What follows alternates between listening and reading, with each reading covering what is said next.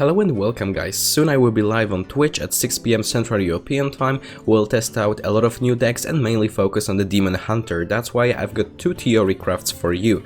The first one consists of only Demon Hunter cards and it's fairly aggressive. That's why we've got a pretty straightforward plan. Of course, use Outcast, which is a pretty important mechanic because if one of those cards will be on your most left side or right side in hand, then you will get the bonus, which in this case will be like draw a card, which is freaking amazing. Not only you've got one drop, but you also cycle through your deck. Also, there are like few cool ideas to create a cycle Demon Hunter, with might work with Chef Nomi, but here most of the times you want to develop a minion on turn 1, and we've got 6 of them. Battlefiend, Runner, Slayer, and Horror, of course. Then as a follow-up, most of the times, like early game, we'll just focus on minions. We've got, for example, like a new tracking kind of thing, but you do not lose card on top of it, and there is a delay of 1 turn. But yeah, this is something to keep in mind, that it might be pretty powerful, because then you might get something important quicker, which will be like, for example, bonus damage. Also, I think this might be a really good way to trade into your opponent's stuff with this you know, rush mechanic, but also it will be immune. So basically you kill a pretty small pretty okay, like mid-sized demon in the mid-game, and then on top of it you will also have a 5/3 body, which is pretty aggressive, and the new legendary that's like completely busted in terms of stats and also effect on top of it.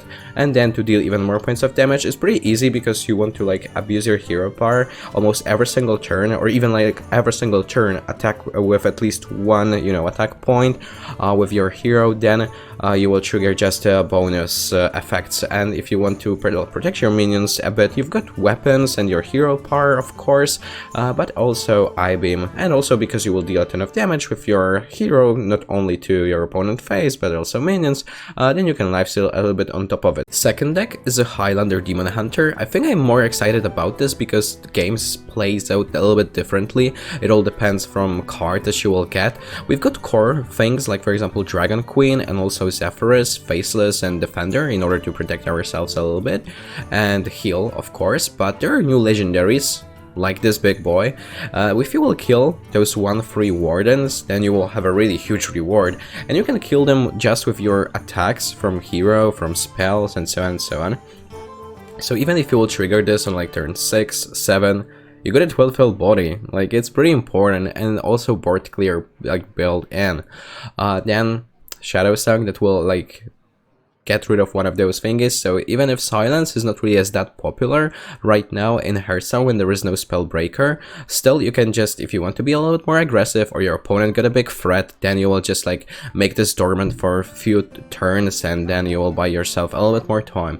Other cards, most of the times they are just like a one-off from the basic set of Demon Hunter, so I do not really need to introduce them, but those expensive thingies are a little bit different than card that you saw already, because we also want value. You know, we need to win not only the early game but also late game. Then this thingy will upgrade, like, you know, each turn this will be in your hand, so you do not really need to do anything. But this is like the bonus Dragon Queen just for Demon Hunter, and even if you will get something random, okay, just like wait few turns and then you will get 8 drops, 9 drops, 10 drops, and your opponent will have to invest a lot in order to kill them. Blizzard also printed a bunch of busted cards just for Demon Hunter, I think to make this class super viable, and like every single card should have some sort of impact, because if you will look at the basic set of different classes, yeah, you might find like few cards that are like a stable inclusion, for example Fireball in Mage and so on and so on, like Shadow Word Death and Priest,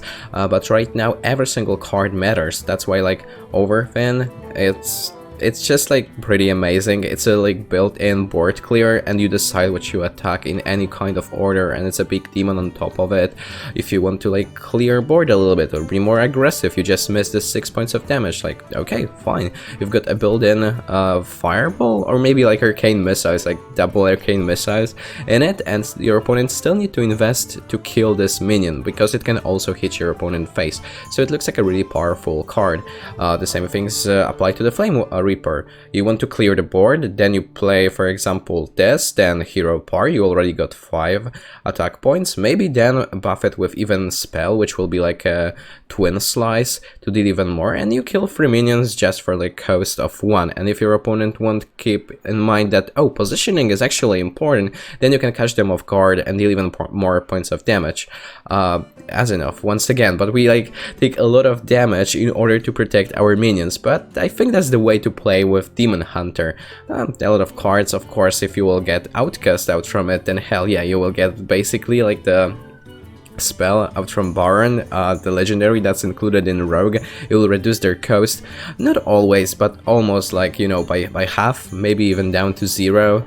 So yeah, there are a lot of cool synergies that we'll test out during live stream. Then I will introduce you to this deck a little bit more. So see you soon, guys. If you've got any kind of questions, just ask them in the comments, and see you soon.